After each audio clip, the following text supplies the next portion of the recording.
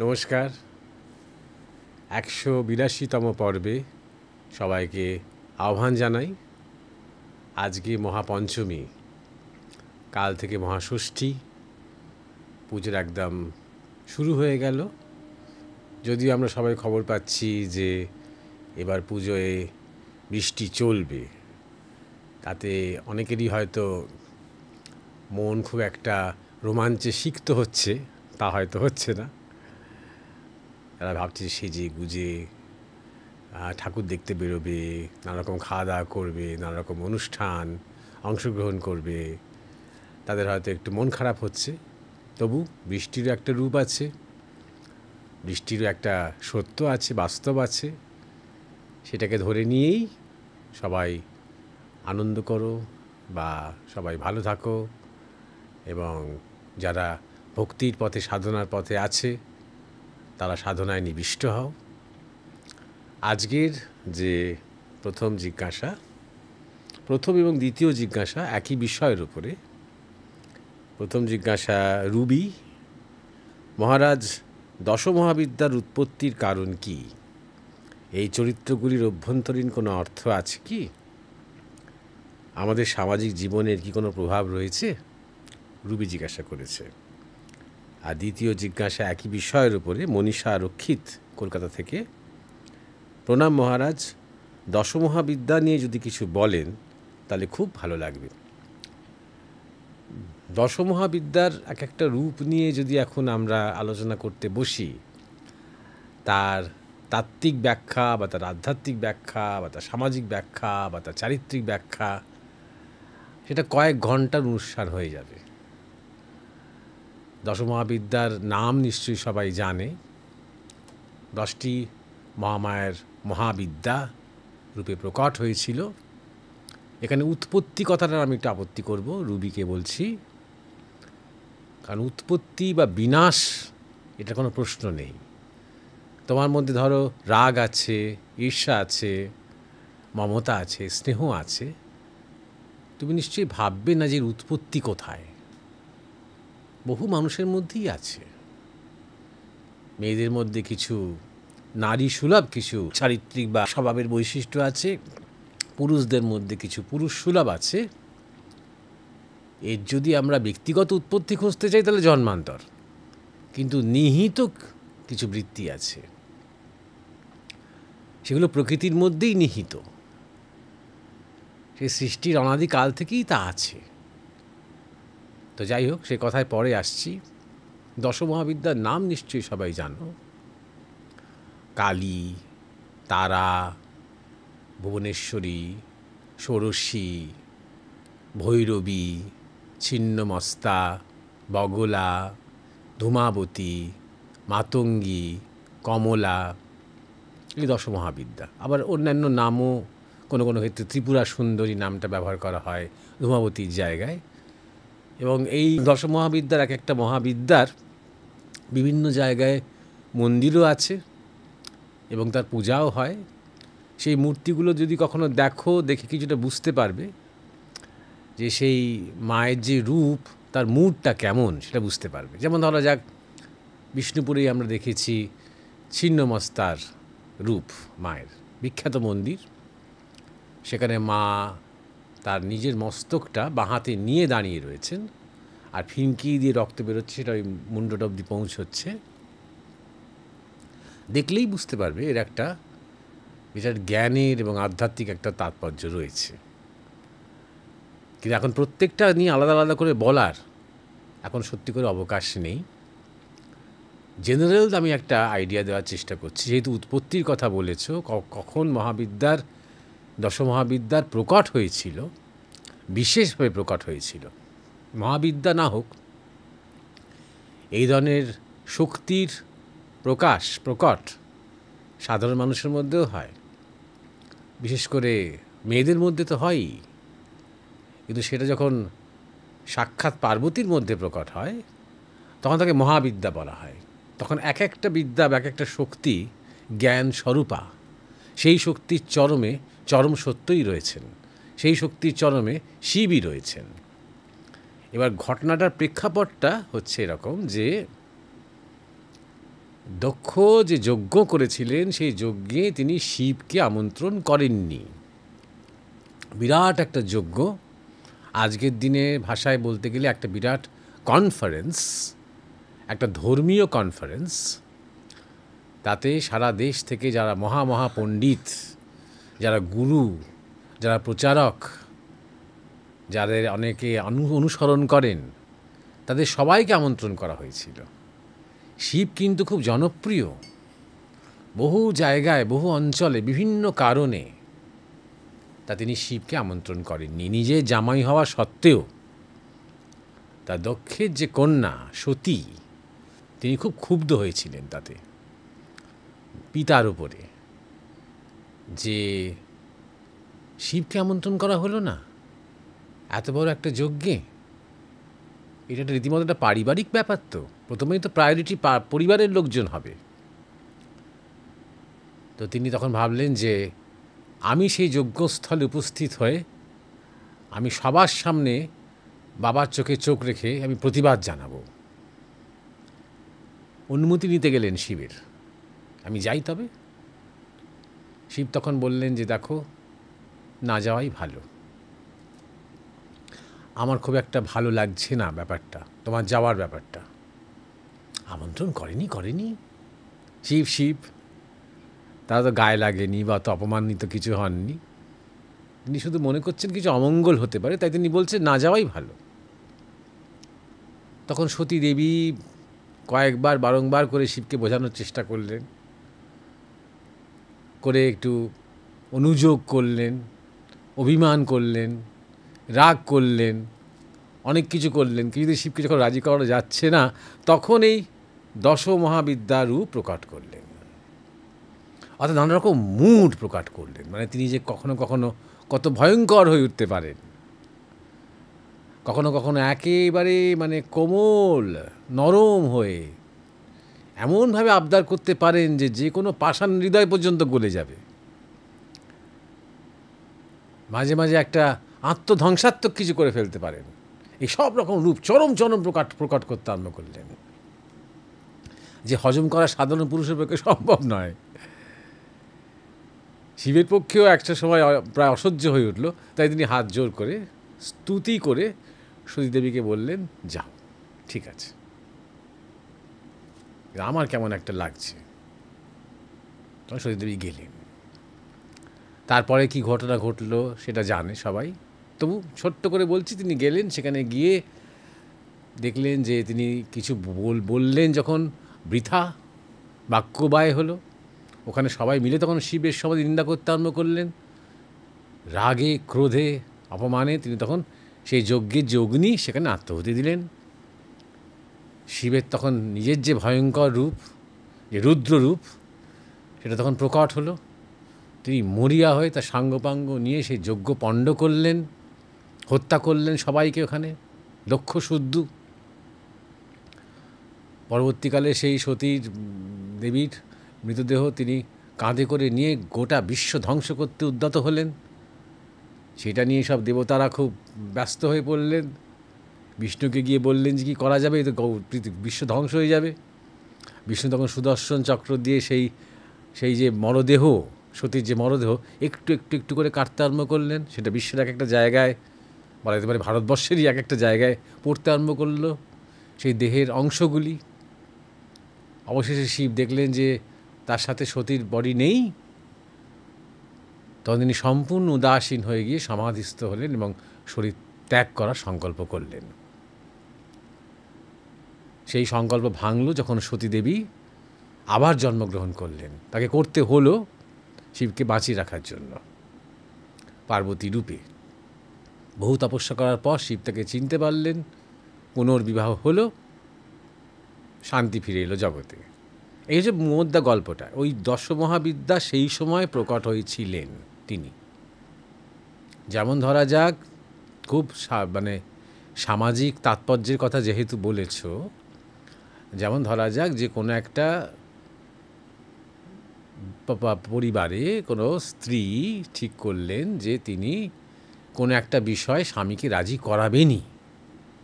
তখন তিনি যেন তেন প্রকারেণ তিনি জানেন কি করে তাকে রাজি করাতে হয়। ইমোশনাল ব্ল্যাকমেলই হোক বা ঈর্ষা দেখিয়ে হোক বা রাগ দেখিয়ে হোক, অভিমান দেখিয়ে হোক, কান্নাকাটি করে হোক, এই যে এক একটা বিদ্যা এক একটা বিদ্যা ফেল করলো, তার একটা বিদ্যা এসে গেল। হ্যাঁ, এই যে ব্যাপারটাকে সামাজিক তাৎপর্য বলছি, কম বেশি প্রত্যেক নারী চরিত্রের মধ্যেই রয়েছে বা নারী শক্তির মধ্যে রয়েছে। এই প্রত্যেকটা যে চরিত্র বা রূপ কিন্তু তার চরমে গিয়ে সেই শিবতত্ত্বতেই পৌঁছবে। সেটাই জ্ঞান স্বরূপা এই যে 10টি মহাবিদ্যা। এক একটা মহাবিদ্যা এক এক দিকে, কোনোটা সৃষ্টিশীলতার দিকে, কোনোটা স্থিতির দিকে, কোনোটা ধ্বংসের দিকে, কোনোটা মুডের দিকে, কোনোটা ক্রোধের দিকে, কোনোটা ঈর্ষার দিকে, অনুযোগের দিকে। পার্থক্য এটাই একটাই আছে, এখানে সতীর পুরো ব্যাপারটার মধ্যে কিন্তু প্রেম আছে, তার পতির প্রতি তার প্রেম, তার নিজস্ব কিছু পাওয়ার কিন্তু এখানে নেই। তাই জন্যই শিবের কোনো রিয়াকশান নেই, শিব কিন্তু রাগ করছেন না। শিব বুঝতে পারছেন যে তার স্ত্রীর কতটা লেগেছে এই বাবার দেওয়া অপমানটা।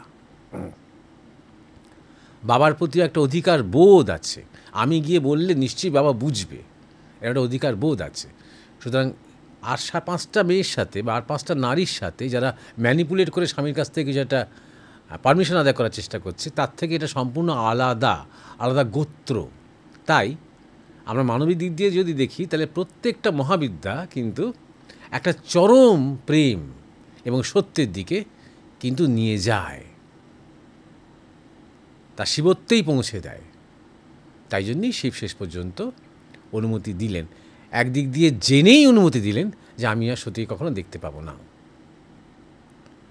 এই হচ্ছে দশমহাবিদ্যা। এবং এই দশমহাবিদ্যা একজন, যদি এটাকে আমরা প্র্যাকটিক্যাল দিকে দেখি, যে নারীর মধ্যে যে অনেক শক্তি রয়েছে আমরা বলি, তার একটা দৃষ্টান্ত। সেই শক্তিগুলোকে শুধু জাগতিক কাজে ব্যবহার না করে, শুধু নিজের স্বার্থের জন্য বা নিজের সুযোগ বুঝে নেওয়ার জন্য ব্যবহার না করে, যদি ঈশ্বরের দিকে, আধ্যাত্মিক দিকে, বৃহতের দিকে, মহতের দিকে যদি ব্যবহার করতে পারে, চ্যানেলাইজ যদি করতে পারে, তাহলে এক একটা মহাবিদ্যাই কিন্তু, বা এক একটা বিদ্যা বা এক একটা শক্তি কিন্তু তাকে এক চরম দিকে নিয়ে যায়।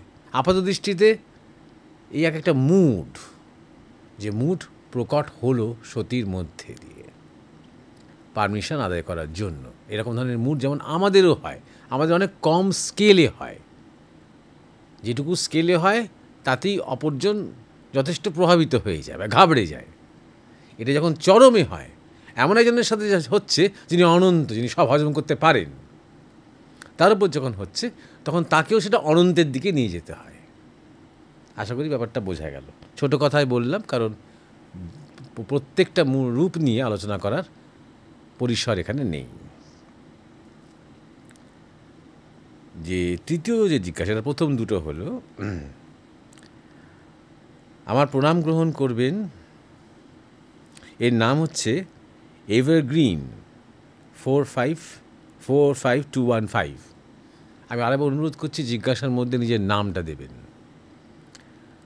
আমার প্রণাম গ্রহণ করবেন। মহারাজ, আমার একটা প্রশ্ন আছে। আমাদের গ্রামাঞ্চলের মন্দিরগুলিতে মুদা ধরা বা ভর আসার একটি প্রথা চালু আছে। সেই সময় দেবী নাকি কারুর শরীরে ভর করেন। এই সময় ভর আসা লোকটির গলার স্বর পরিবর্তন হয়ে যায়। উনি তখন ভক্তদের প্রশ্নের উত্তর দিয়ে দেন। এই ব্যাপারটা কতটা সত্য দয়া করে জানাবেন। জেনারেলভাবে তো এটার কোনো সত্য মিথ্যা বলা যাবে না। এক একটা ঘটনা যখন ঘটে, তখন সেই বিশেষ ঘটনাটার ক্ষেত্রে যে পাত্রপাত্রী রয়েছে, তারা বুজরুকি করছে, না তার কোনো রোগ হয়েছে, না সত্যিই ভর হয়েছে, না কোনো প্রেতাবেশ হয়েছে, সেটা তখন দেখে বলা যাবে বা সেটা নিয়ে বিশ্লেষণ করলে বলা যাবে। জেনারেলভাবে এই ভরগুলো আসলে কী, ওরমভাবে বলা যায় না। 2 নম্বর কথা হলো, আমাদের দেশে গ্রামেগঞ্জে কেন, বা গোটা পৃথিবীতেই গ্রামেগঞ্জে এরকম ধরনের ভর হওয়া এবং অনেককে অনেক কিছু বলে দেওয়া, ওষুধ টষুধ দেওয়া সেই অবস্থায়, এসবগুলো আছে। এটা খুব কমন ব্যাপার। তিন নম্বর কথা হলো যে একটা মন্দিরে হচ্ছে, আর যার ভর হচ্ছে সে বলছে মানে দাবি করছে সে সেই মন্দিরেরই দেবী বলে সে বলছে। এটা সব ক্ষেত্রে সত্য নাও হতে পারে। এমন হতেই পারে যে প্রেতাবেশ কিছু হয়েছে, অর্থাৎ মৃত কোনো ব্যক্তি তার উপরে ভর করেছে, এটা হতে পারে। সে যে মন্দিরেরই দেবী এটা সে বলছে লোক জড়ো করার জন্য।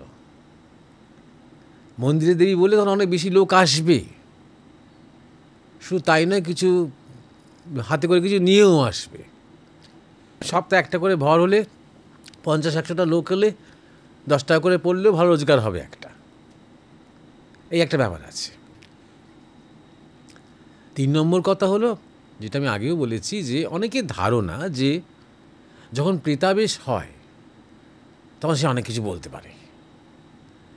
এবার ধরা যাক প্রেতাবেশ হয়েছে, অর্থাৎ কোনো সূক্ষ্ম অবস্থা থেকে কোনো এক মানে প্রেত অবস্থা থেকে কোনো একটা সত্তা এসে তার শরীরটাকে অধিকার করেছে কিছুক্ষণের জন্য। এবার যেহেতু সে সূক্ষ্ম অবস্থাতে আছে কিছুটা, তাই কাউকে কাউকে যখন সামনে কেউ আসছে তখন তার দিকে তাকিয়ে তার সূক্ষ্ম অবস্থাটা সে কিছুটা দেখতে পেতে পারে। এগুলো সবই আমি হতে পারে বলছি, কারণ আমার নিজের তো কখনো হয়নি, হতে পারে। তাই একটু একটু হয়তো তার অতীতটা মানে 5 বছরের অতীতটা আর সামনে 2 বছরের ভবিষ্যৎটা সে হয়তো আন্দাজ করতে পারে, সেইটুকু। তার মানেই যে সে একটা বিশাল একটা কোনো একটা কালী বা কিছু দেবী তার উপর ভর করেছে তা কিন্তু নয়। কারণ দেবী যদি হন আর তার যদি একটা আবেশের জন্য কাউকে দরকার হয়, দেবী মনে করেন যে আমি কারোর মধ্যে প্রবেশ করে আমি জগৎকে কিছু ভেলকি দেখাবো, তাহলে যাকে তাকে তো তিনি বাঁচবেন না। ধরে নিচ্ছে কোনো সাধক বা সাধিকাকে তিনি বাঁচবেন, যে সত্যি শুদ্ধ সত্য, যেরকম ভবিষ্যৎ বলে দেওয়ার লোক নয়।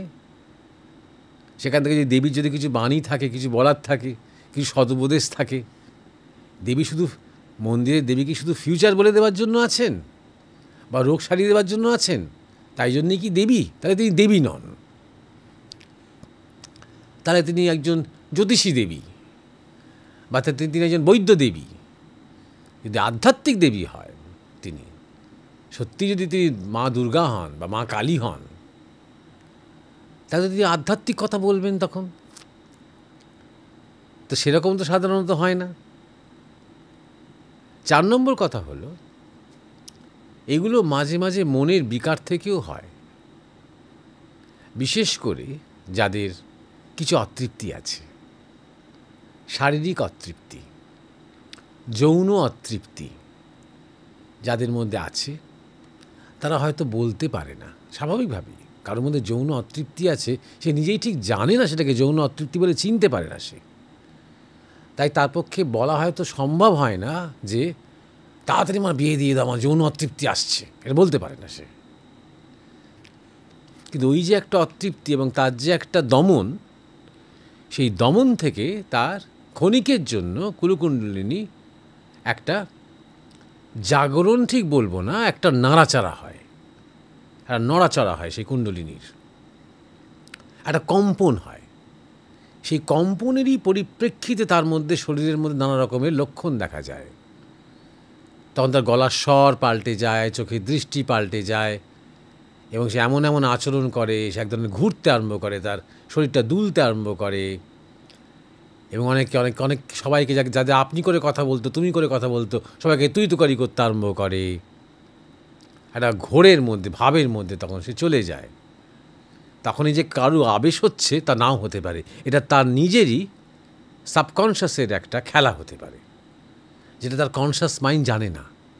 এই অবস্থাটা যখন কেটে যায়, যখন সে সচেতন হয়, তখন সে জানে না সে কী করেছে গত 1 ঘন্টা ধরে বা তার কি হয়েছে। দেখা যায় যে এদের যখন সেই অতৃপ্তির কারণ থাকে না, ধরা যাক তার বিয়ে হলো বা তার বউ পালিয়ে গিয়েছিল ফিরে এলো, বা বউয়ের স্বামী চলে গিয়েছিল সে ফিরে এলো, এরকম ধরো দেখা গেল আর তার এই আবেশ টাবেশ এগুলো বন্ধ হয়ে গেছে। এরকম নানা কারণে এগুলো হতে পারে। আধ্যাত্মিক সাধনা নিয়ে যারা আছে, যারা আধ্যাত্মিক ধারণার মধ্যে চলতে চায়, তাদের এসব নিয়ে বেশি মাথা ঘামানোর দরকার নেই। এর সাথে ধর্মের কোনো সম্পর্ক নেই। সবটা বুজুর্গি নাও হতে পারে, কিছুটা রোগও হতে পারে, আর কিছুটা সত্যি সত্যি কোনো প্রেত। আচ্ছা, প্রেত এবং সূক্ষ্ম শরীরের মধ্যে একটা পার্থক্য আছে। সাধারণত যারা অ্যাক্সিডেন্টালি মারা যায়, হঠাৎ মারা যায়, আত্মহত্যা করে মারা যায়, তারা সাধারণত প্রেত অবস্থা প্রাপ্ত হয়। আর তাদের মধ্যে একটা শরীরকে আশ্রয় করার টেন্ডেন্সি বেশি দেখা যায়, অন্তত টাটকা অবস্থায়। হয়তো সদ্য কয়েক সপ্তাহ হলো বা কয়েক মাস হলো শরীর গেছে, তার অতর্কিতে গেছে, এবং নিজের শরীরটা সে খুঁজে পাচ্ছে না বলে, বা নিজের শরীরটাকে সে ভীষণভাবে মিস করছে বলে, সে ওই শরীরের মধ্যে একটা আবিষ্কৃত হওয়ার চেষ্টা করে, আবিষ্কৃত করার চেষ্টা করে। বিশেষ এমন স্বভাব সেই শরীরগুলোর যারা একটু দুর্বল, যারা একটু নিরীহ, এবং যাদের নিজেদের মধ্যে একটা কনফিউশন, বিড়ম্বনা সবসময় রয়েছে অতৃপ্তির কারণে, সেগুলোকে তারা আধার করতে পারে। সূক্ষ্ম শরীর আলাদা, এগুলো প্রেত শরীরের কথা বললাম। সূক্ষ্ম শরীর সাধারণত যারা স্বাভাবিক মৃত্যু হয়েছে, তাদের পিতৃযান হয়, তাদের আবার মনুষ্য জন্ম হবে, সময় মতন হবে, বেশিরভাগ সময় সেই বংশেই হবে। তাদের ক্ষেত্রে এরকম সাধারণত দেখা যায় না যে তারা কোনো শরীরকে আশ্রয় করার চেষ্টা করছে। খুব বেশি হলে তারা কোনো প্রিয়জনের কাছে আসার চেষ্টা করে, কিন্তু কোনো শরীরকে আশ্রয় করার চেষ্টা করে না। আরও যারা উন্নত, যারা সূক্ষ্মতর, যারা সাধক, যারা ভক্ত, যারা জ্ঞানী, তারা যখন শরীর ছাড়েন, তখন তারা একেবারেই কারোর কাছাকাছি কাউকে ডিস্টার্ব করার চেষ্টা করেন না। তারা একটা অন্য ভূমিতে থাকেন। তবু যদি তারা কখনো আসেন, কাউকে সাহায্য করতে আসেন, কাউকে হেল্প করতে আসেন, কাউকে পথ দেখাতে আসেন। অতএব এগুলো সাধারণত এই ধরনের ভর হওয়া যে বিষয়গুলো হয়, এগুলোতে এই প্রেত অস্তিত্বর সংখ্যাটাই বেশি, এবং তারা ওইটুকু চালাকি করতে পারে যে কোনো একটা মন্দির বা কোনো একটা মায়ের নাম নিতে পারে গ্রহণযোগ্যতা পাওয়ার জন্য। কোনো শহরের প্ল্যান্টেরে যখন প্রেত আসে, তারা কিন্তু নিজের কোনো মা বাবা পরিচয় দেয় না, কোনো কালী মনসা ফনসা এসব কিছু কিন্তু তারা বলে না। একমাত্র গ্রামের দিকে যেখানে মানুষ এই মন্দির বা দেবীর ওপর বিশ্বাস রাখে, সেখানেই দেখা যায় এই নামগুলো আসে বা এই দাবিগুলো হতে আরম্ভ করে। আশা করি বিষয়টি পরিষ্কার হয়েছে। আচ্ছা, এবারে জিজ্ঞাসা করেছে সমীর দত্ত, তাহেরপুর, নদিয়া থেকে। জন্মান্তরবাদ কি সত্য? বিজ্ঞান বলে পৃথিবীর জন্ম সূর্য থেকে, তখন কোনো প্রাণী ছিল না। এখন মানুষের সংখ্যা ক্রমবর্ধমান, অন্যান্য প্রাণীর সংখ্যাও বাড়ছে কমছে, কেউ বিলুপ্ত হচ্ছে। জন্মান্তরবাদের সাথে এই সমীকরণ খাপ খাওয়াতে পারছি না। আগে একটা আমি ছিলাম, এখন কি অনেক আমি হয়েছি? কোথাও গোল পাকিয়ে যাচ্ছে। মৃত্যুর পর জড় দেহ জড়ে বিলীন হবে, আর শক্তি অর্থাৎ প্রাণ বা চেতনা বিশ্বের শক্তির সাথে মিলিয়ে যাবে। আমরা সবাই মুক্ত। আলাদা করে জন্মান্তর থেকে মুক্তির সাধনা কি, দয়া করে বোঝাবেন। সমীর দত্ত, প্রথমেই বলি যে জন্মান্তরবাদ বলে কিছু নেই। প্রথমে জিজ্ঞাসা করেছো না জন্মান্তরবাদ কি সত্য? জন্মান্তরবাদ বলে কিছু নেই, জন্মান্তর আছে। বাদ মানেই সেখানে একটা সংশয় আছে, বাদ মানেই সেটা একটা আইডিওলজি। যেমন ধরা যাক, তুমি নিশ্চয়ই বলবে না জন্মবাদ কি আছে, মৃত্যুবাদ কি আছে, তুমি নিশ্চয়ই বলবে না, কারণ তোমার মধ্যে কোনো ডাউট নেই যে হ্যাঁ জন্ম হয়, তোমার মধ্যে কোনো ডাউট নেই যে হ্যাঁ মৃত্যু হয়। তেমন এই বাদ শব্দটা এখন বাংলায় খুব এসেছে, আগে ছিল না। সংস্কৃতিতে বাদের কোনো উচ্চারণ পাওয়া যায় না। এগুলো সব আমরা বিদেশ থেকে ধার করেছি। ইজম যত হয়েছে তত বাংলায় বাদ শব্দটা বেড়েছে। অদ্বৈতবাদ, দ্বৈতবাদ, এগুলো সব ধ্রুব। অদ্বৈত ভাব, অদ্বৈত তত্ত্ব, দ্বৈত ভাব বা দ্বৈত তত্ত্ব ঠিক তেমনই। জন্মান্তরবাদ নয়। জন্মান্তরবাদ নিয়ে যদি তর্ক করতে চাও, তুমি বাদ নিয়ে যদি তর্ক করতে চাও, আইডিওলজি নিয়ে, তাহলে তুমি ওই বাদীদের কাছে যাও।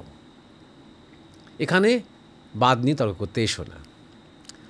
2 নম্বর কথা হলো যে, তো আমি তোমারই যুক্তিতে আসছি আর কি। বিজ্ঞান বলে, কোন বিজ্ঞান? জড়বিজ্ঞান বলে, তাই না? জড়বিজ্ঞান বলে। অধ্যাত্মবিজ্ঞান, ধর্মবিজ্ঞান, সূক্ষ্মবিজ্ঞান, প্রাণবিজ্ঞান, যোগবিজ্ঞান। বিজ্ঞান কিন্তু শুধুমাত্র ওই জ্বর এবং অবজেক্টিভ রিয়ালিটির মধ্যে আটকে নেই। এটা কোনো একজন বিজ্ঞানীও স্বীকার করবেন। পৃথিবী জন্ম সূর্য থেকে, বেশ, এটা নতুন কথা কি?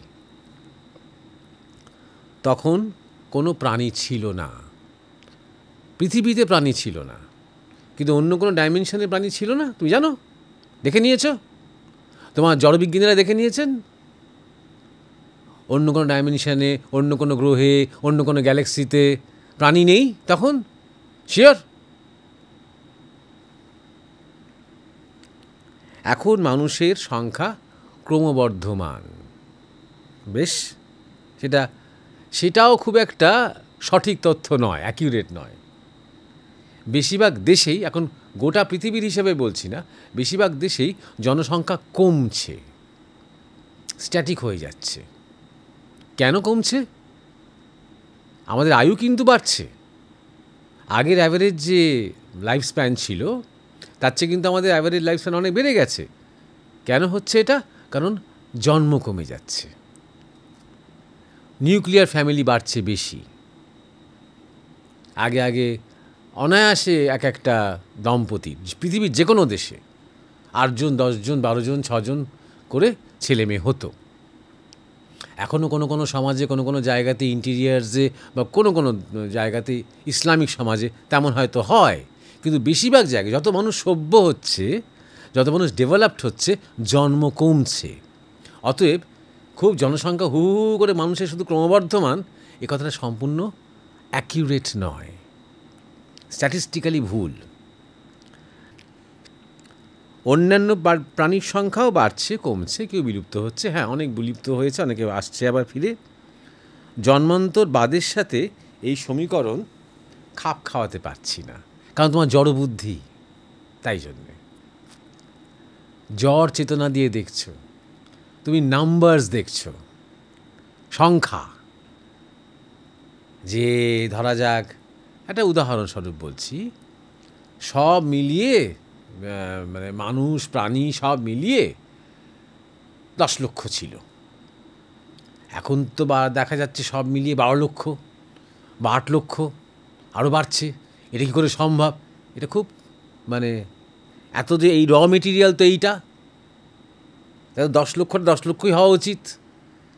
যদি মানুষ কমে 2 লক্ষ থেকে 1.5 লক্ষ আসে, তাহলে ওখানে আরশোলা এসে 50,000 থেকে 80,000 ছাড় পোকা, 1 লক্ষ থেকে 1,25,000, এটা নিশ্চয়ই বাড়বে ব্যালেন্স করার জন্য। এই রকম জড় চেতনা দিয়ে তুমি দেখছো, তুমি ব্যাপারটা বুঝছই না যে অনন্ত সৃষ্টি, 1 থেকে অনন্ত হয়, আর অনন্ত থেকে 1-এ ফিরে আসে।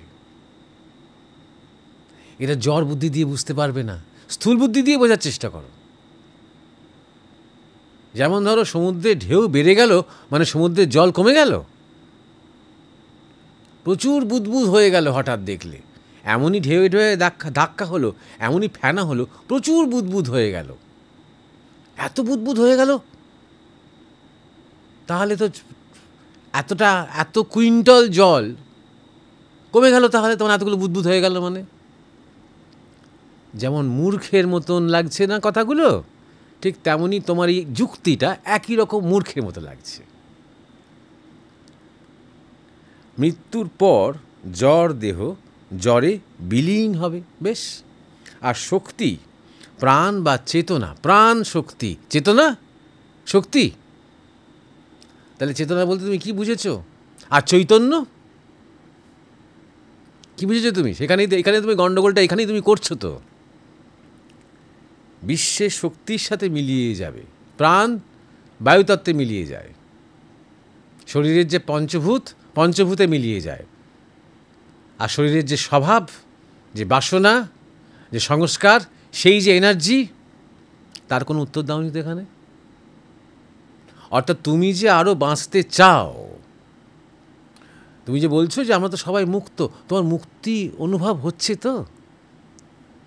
তাহলে এই জন্মান্তরবাদ নিয়ে তোমার এই সংশয়টা আমাকে জিজ্ঞাসা না করে তুমি থাকতে পারছো না কেন? তোমার তো মুক্তি হচ্ছে না।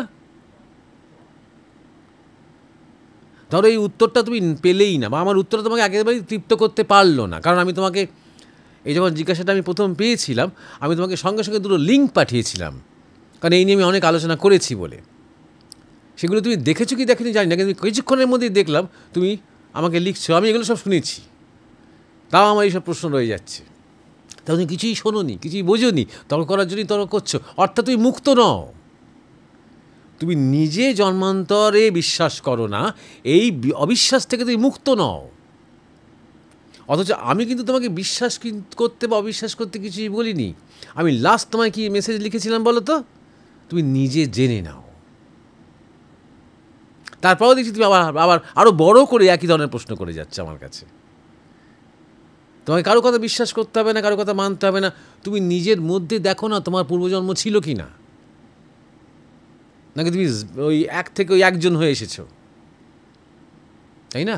আবার যখন তোমার মৃত্যু হবে সেটাও তুমি দেখে নিও, সেই সময় মৃত্যুর সময়তে, বা তুমি দেখতে হবে না, তুমি এখনই মনে করো এই মুহূর্তে আমার মৃত্যু হচ্ছে, লাস্ট শ্বাস, আমি মুক্ত তো, আমার মধ্যে কোনো বাসনা নেই তো, আমার মধ্যে কোনো চাহিদা নেই তো, আমার এমন কোনো কর্ম নেই তো যার কর্মফল হয়তো ভোগ করতে হবে, সে ভালো কর্মই হোক মন্দ কর্মই হোক।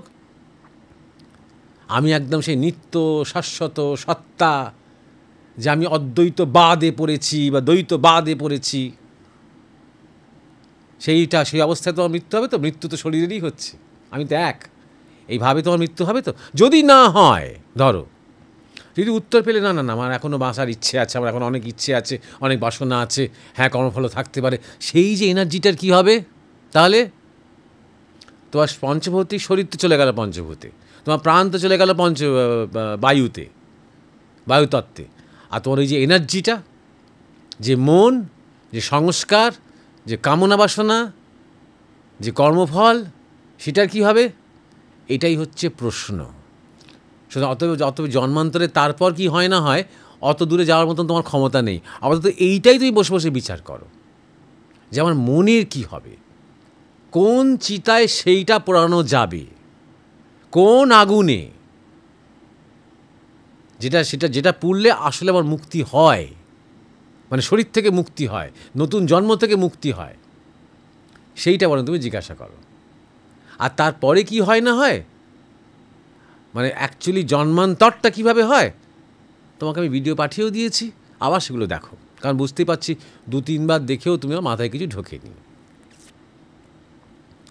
এবার যে জিজ্ঞাসা করেছে তার নাম হচ্ছে দেবযানী শেঠ। এটা একটা দীর্ঘ জিজ্ঞাসা, এবং দেবযানী শেঠ কিছু মনে করো না, কোনো কমাও নেই, কোনো দাঁড়িয়েও নেই। আমি চেষ্টা করব কোথাও কোথাও দাড়ি কমাটাকে নিজের মনে মনে বসিয়ে পড়ার, কিন্তু নিজেই তুমি হয়তো একজন পাঠক হিসেবে বা পাঠিকা হিসেবে শুনতে শুনতে তোমার মনে হবে যে সত্যি এই রকম একটা লেখা থেকে প্রশ্ন উদ্ধার করা সে খড়ের গাদায় ছুঁচ খোঁজার মতন। নমস্কার স্যার, প্রণাম মহারাজ, অনেক শ্রদ্ধা সম্মান। আমি দেবযানী শেঠ, আপনার অনেক আলোচনা শুনেছি, শুধু তাই নয়, যেন দ্রষ্টাভাবে সাক্ষী স্বরূপ দেখছি মেডিটেশন আর ইনটিউশনের মাধ্যমে যতটা বুঝেছি বলছি, জানি না কতটা বোঝাতে পারছি।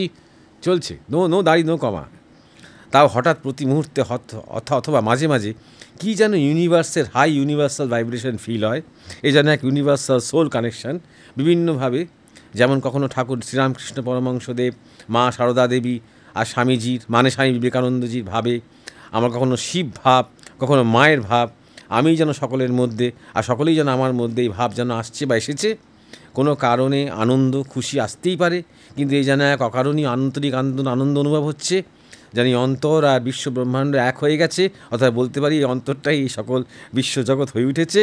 এটা বুঝছি যেন অদ্বৈত ভাবের কারণে আমার দ্বৈত ভাব দেখছি, যদিও বুঝতে পারছি যেন নিঃশব্দে নিজেকে বোঝা চেনা দেখায় এর সমাধান, আর এটাই প্রকৃত লক্ষ্য, এটাই সাধনা। তাও হঠাৎ যেন আরও জানতে ইচ্ছে থেকেই বলছি যে কেউ কেউ এই একই আধ্যাত্মিক পথেরই পথিক, ঈশ্বর ভগবান যাই বলি না কেন, তাকেই একমাত্র সঙ্গী ভাবে। চেষ্টা আছে আরও এগিয়ে যাওয়ার, কিন্তু এখনও পূর্ণভাবে এক বা অদ্বৈত স্থিতিতে পৌঁছয়নি, কিন্তু দ্বৈতভাবে অনেক পরিণত। আচ্ছা, তাদের হৃদয় বা অন্তরে আমার দ্বারা কি কোনোভাবে অদ্বৈতভাবের আলো জ্বালতে পারি যতটা সম্ভব, বা জাগাতে কিভাবে পারা যায় যাতে আরও আধ্যাত্মিক পথে আরও অগ্রসর হতে পারে? ঠিক এইভাবেই অদ্বৈত স্থিতিকে বোঝে উপকৃত হয়। সে কথা বলে হোক কিংবা না বলে, শুধুমাত্র অন্তরে কিছু অনুভবের ভাইব্রেশনের মাধ্যমে হোক, দেখা হোক বা না হোক, তবু কীভাবে যদি একটু বুঝিয়ে বলেন, আলোচনায় বলেন, উপকার হয়, পারলে একটু জানাবেন। ভালো থাকুন। এই ম্যারাথনটার মধ্যে যে জায়গা আমার মনে হলো একটা জিজ্ঞাসা হয়তো আছে, সেটা হচ্ছে যে তুমি তোমার অদ্বৈত ভাব তুমি সবার মধ্যে পৌঁছে দিতে চাও, জ্বালাতে চাও সবার মধ্যে, তাই তো লিখেছো নাকি? অদ্বৈতভাবের আলো, আমার দ্বারা কোনোভাবে অদ্বৈতভাবের আলো জ্বালতে পারি যতটা সম্ভব, বা জাগাতে কিভাবে পারা যায়? তোমার লেখার ধরন দেখে তো খুব একটা অদ্বৈতভাবের পরিচয় পেলাম না।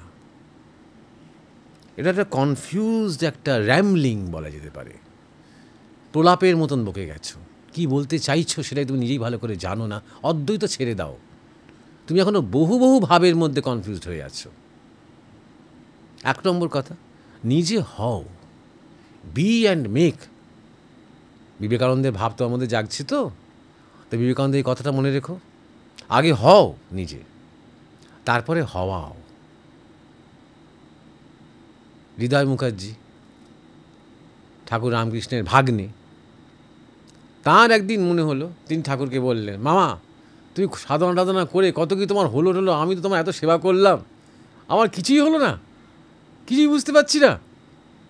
তখন ঠাকুর বললেন যে হ্যাঁ তাই তো, ঠিকই, সত্যি ও তো অনেক কিছু করেছে, আমার ছায়া সঙ্গী হয়ে থেকেছে। তা ঠাকুর একটু তাকে ছুঁয়ে দিলেন, অমনি হৃদয় সে চমকে উঠেছে, একদম সাংঘাতিক ভাব এসে গেছে, অন্তরের চোখ খুলে গেছে। চলো মামা, এবার জগৎকে শিক্ষা দিতে যাই চলো, আলো দিতে যাই চলো। ঠাকুর বুঝতে পারে বাবারে ধারণ করতেই পারছে না, এটাকে নিয়ে যে একটুখানি থাকবে, স্থিত হবে, শান্তি হবে, সেই অধিকারটা নেই এর ভূমিকাই সেটা নয়। আবার তাকে ছুঁয়ে আবার তাকে শান্ত করে দিলেন, সে আবার ভুলে গেল। তো দেখো, হৃদয়নাথের মতন অত বড় আধার, তিনি পর্যন্ত অধিকারী নন জগৎ শিক্ষা দেওয়ার। তুমি আমি কোন ছাড় জগতে শিক্ষা দেবে? কার দায় পড়েছে? তোমার হঠাৎ দায় পড়ল, ঠিকাদারি পেয়েছ, যাদের নাম করছো ঠাকুর রামকৃষ্ণ, মা সারদা, স্বামী বিবেকানন্দ, তোমায় নির্দেশ দিয়ে গেছেন যে দেবযানী শেঠ জগৎকে শিক্ষার আলো পৌঁছে দে, অদ্বৈতভাবে আলো পৌঁছে দে।